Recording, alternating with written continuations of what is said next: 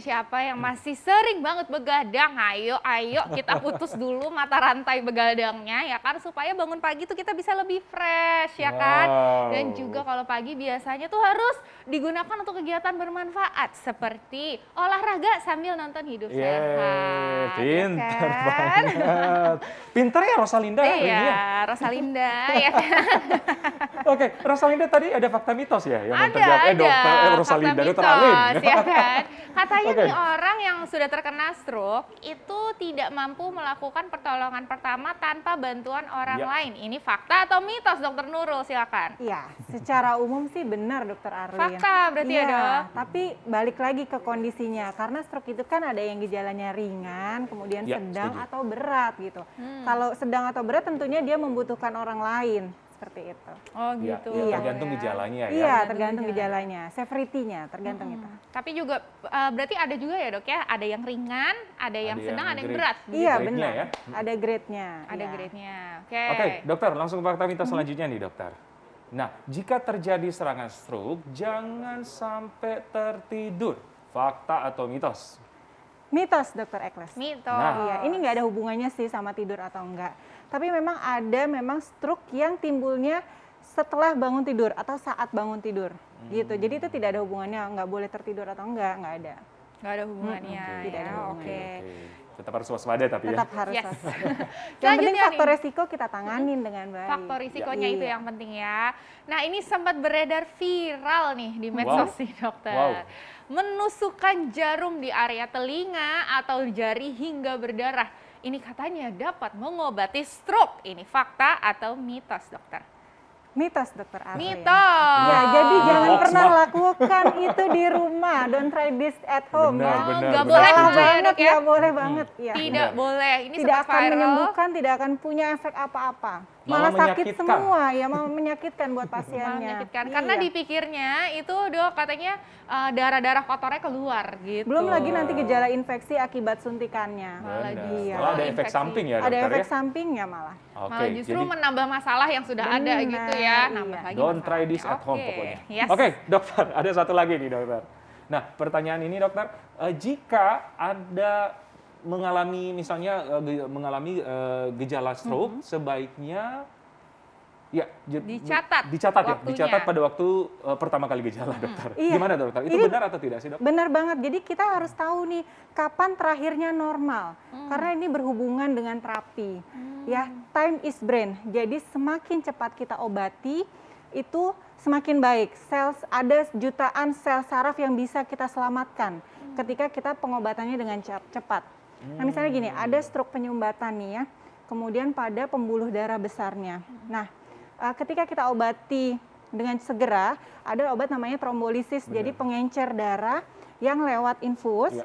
di mana itu golden periodnya itu hanya 4,5 jam. Lebih dari 4,5 jam sudah tidak bisa diberikan.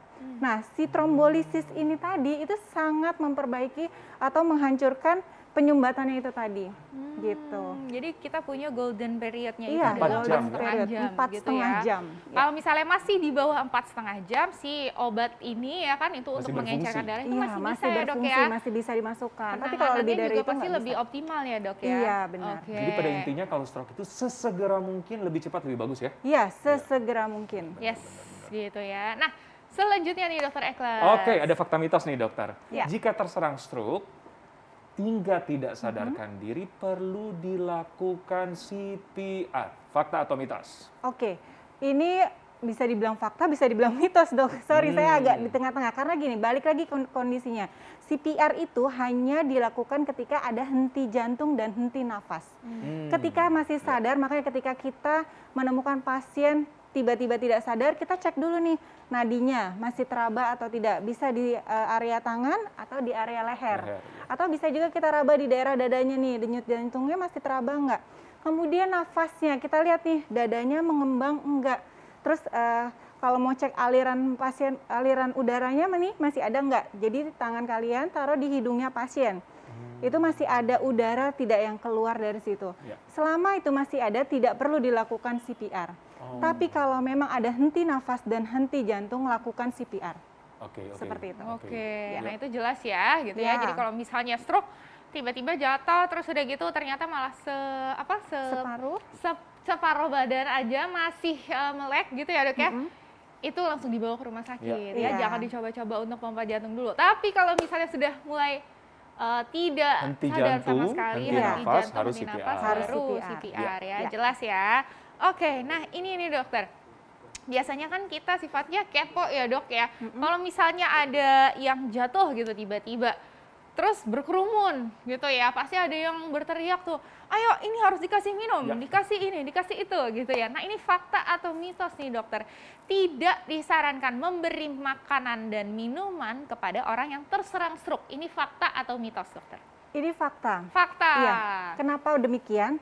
Satu, kalau pasien tidak sadar, ketika kita berikan makan atau minum, dia akan masuk ke area paru-parunya. Nah, ini berbahaya. Kemudian yang kedua, Ya. sama seperti misalnya pasien sadar, tapi pasien ada kelemahan otot menelannya.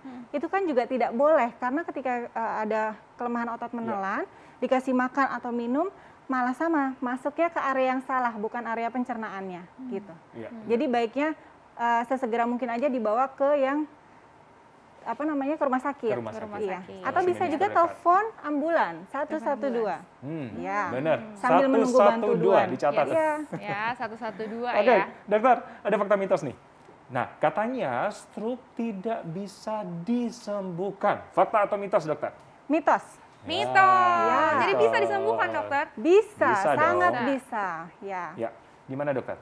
Ya, jadi selain obat-obatan yang kita masukkan ada terapi setelah post stroke dengan fisioterapi rutin. Kalau Ya. misalnya pasien dengan kelemahan anggota gerak, maka dibutuhkan fisioterapi, okupasi terapi. Nah, kalau misalnya pasien tersebut ada gangguan bicara atau gangguan menelan, itu dibutuhkan terapi wicara dan terapi menelan. Jadi dengan latihan-latihan tersebut, itu akan menstimulasi otak kita untuk tumbuh sel-sel baru sehingga terjadi penyembuhan dan outcome yang baik. Oke, jadi bisa disembuhkan. Bisa disembuhkan. Bisa disembuhkan, jangan khawatir ya. Para penyintas stroke juga tetap semangat ya. Tetap semangat menjalani, dong. terapinya juga harus tetap semangat, keluarganya pun juga harus tetap semangat. Nah, Iya.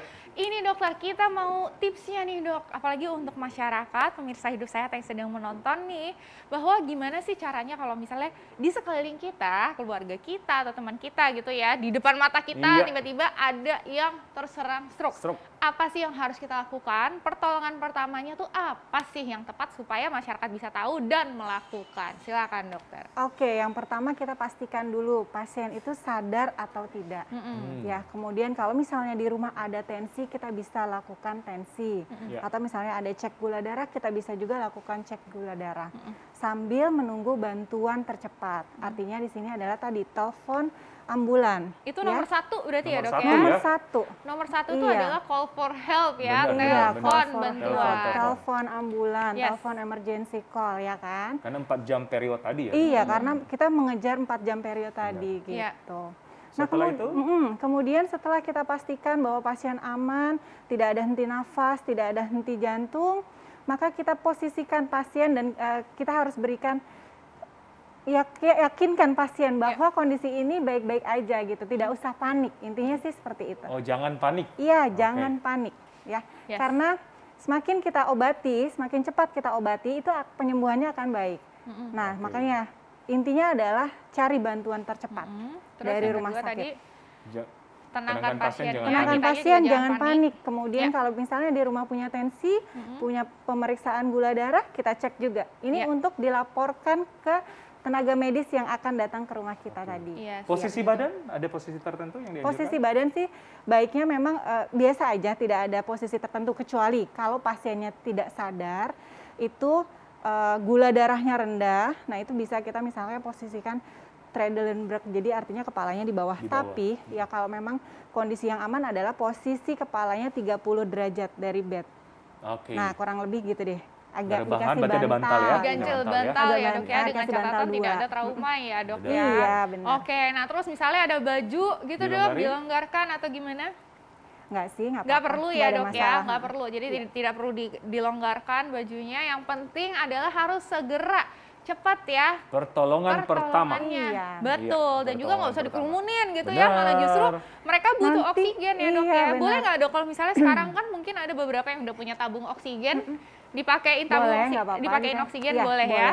Terutama misalnya ketika saturasinya dia rendah di bawah 95 itu boleh kita oksigen. Tapi Boleh. pertolongan pertama diberikan oksigen dulu juga nggak ada masalah. Boleh, oke. Iya, oke. Baik dokter, terima kasih. Iya. Informasinya sangat menarik dan luar biasa dan sangat jelas. Iya. Pokoknya kita harus waspada. Nah, dokter Arlin, salah satu penyebab stroke kan adalah kolesterol. Yes. Nah, kali ini kita akan membahas mengenai kolesterol dan apa saja makanan yang mengandung kolesterol. Iya betul Nah, sekali nih, dan nanti kita akan bahasnya bersama dengan dokter gizi klinik loh Iya. ya. Sesaat lagi hanya di Hidup Sehat.